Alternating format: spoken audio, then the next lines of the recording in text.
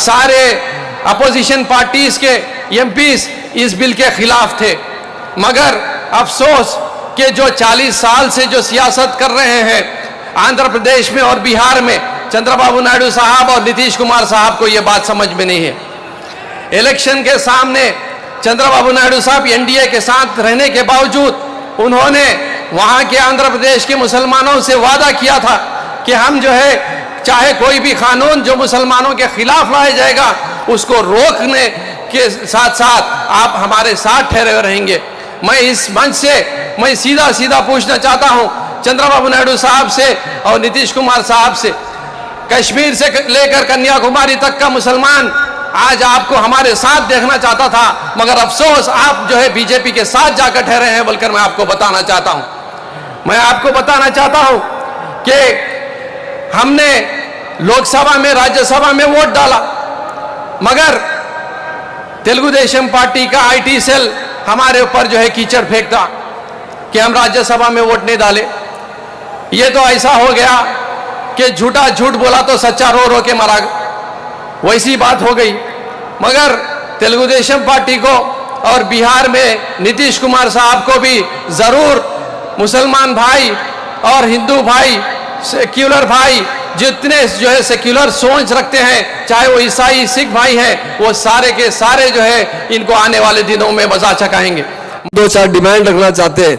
इसे हम चाहते हैं वक्त तरमीमी कानून को फिलगफूर वापस लिया जाए, वह बोर्ड की आईनी और अदालती इख्तियार के साथ एक मुकम्मल खुद मुख्तार इदारा वक्फ बोर्ड को बनाया जाए, ना कि गवर्नमेंट को या कलेक्टर को या सेंट्रल गवर्नमेंट के कंट्रोल में जाए। हमारी यही हुकूमत से मुतालिबा है सेंट्रल गवर्नमेंट से, औकाफी जायदाद को सिर्फ मुसलमानों के नज़्म व नस्म में रहने दिया जाए। कौम की तालीमी, माशी, अखलाकी तरक्की के लिए वक्त आर्जियात का सही इस्तेमाल किया जाए, और जो वक्फ जायदादों पर गैर मजाज कब्जे हो गए, इन जायदादों को वापस हासिल करने के लिए कानून साजी की जाए और वक्फ बोर्ड को जुडिशियल पावर दिया जाए। ये बीआरएस पार्टी का डिमांड है। इसलिए मेरे भाइयों बहनों, भाइयों, आज खास तौर से जो आज हम एहतजाजी प्रोग्राम कर रहे हैं, यकीनन हमें हर जगह करना चाहिए, हमारी ताकत बताना चाहिए।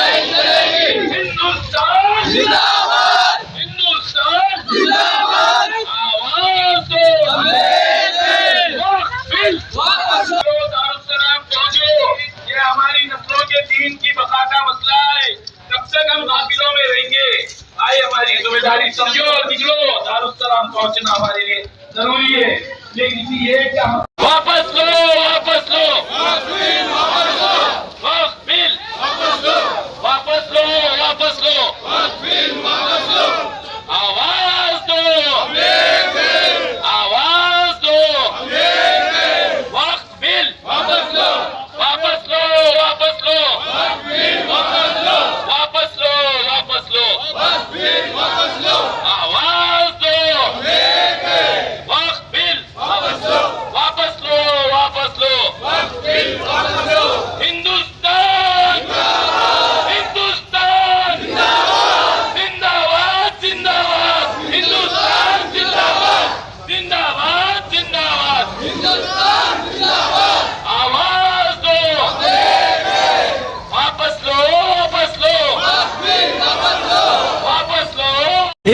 अस्सलाम वालेकुम वरहमतुल्लाहि वबरकातुहू।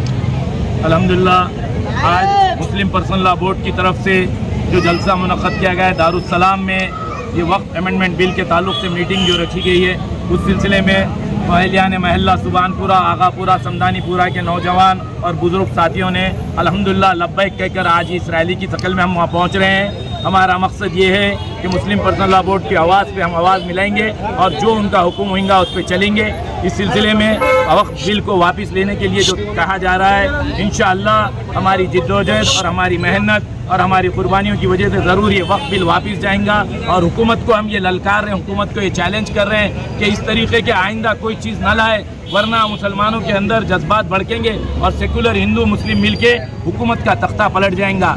और ये जो मोदी जी जो कह रहे हैं जिस सिलसिले में कि भाई जो है सो मैं मुसलमानों के फ़ायदे और मुसलमानों के बेहतरी के लिए कर रहा हूँ, ये बेहतरी नहीं है, मुसलमानों को नुकसान पहुँचाना चाह रहे हैं। आप वक्फ बोर्ड में जो है सो 2 गैर मुस्लिम को डालना चाह रहे हैं। पहले कि आप ये करिए, पहले अपनी हुकूमतें जहाँ जहाँ आपकी स्टेट में हुकूमत है और सेंट्रल में, वहाँ पहले किसी मुसलमान को मिनिस्टर बनाइए, मुसलमान को वहाँ जगह दीजिए। हमारी इतनी फिक्र मोदी जी आपको करना नहीं है, आप बस देश को तरक्की की तरफ लेके जाइए और ये भेदभाव का काम बर्खास्त कीजिए। और इंशाअल्लाह अगर खुदा ना खास्ता आप इसी तरीके से चलते रहेंगे तो आइंदा आपके लिए मसाइल पैदा हो जाएंगे।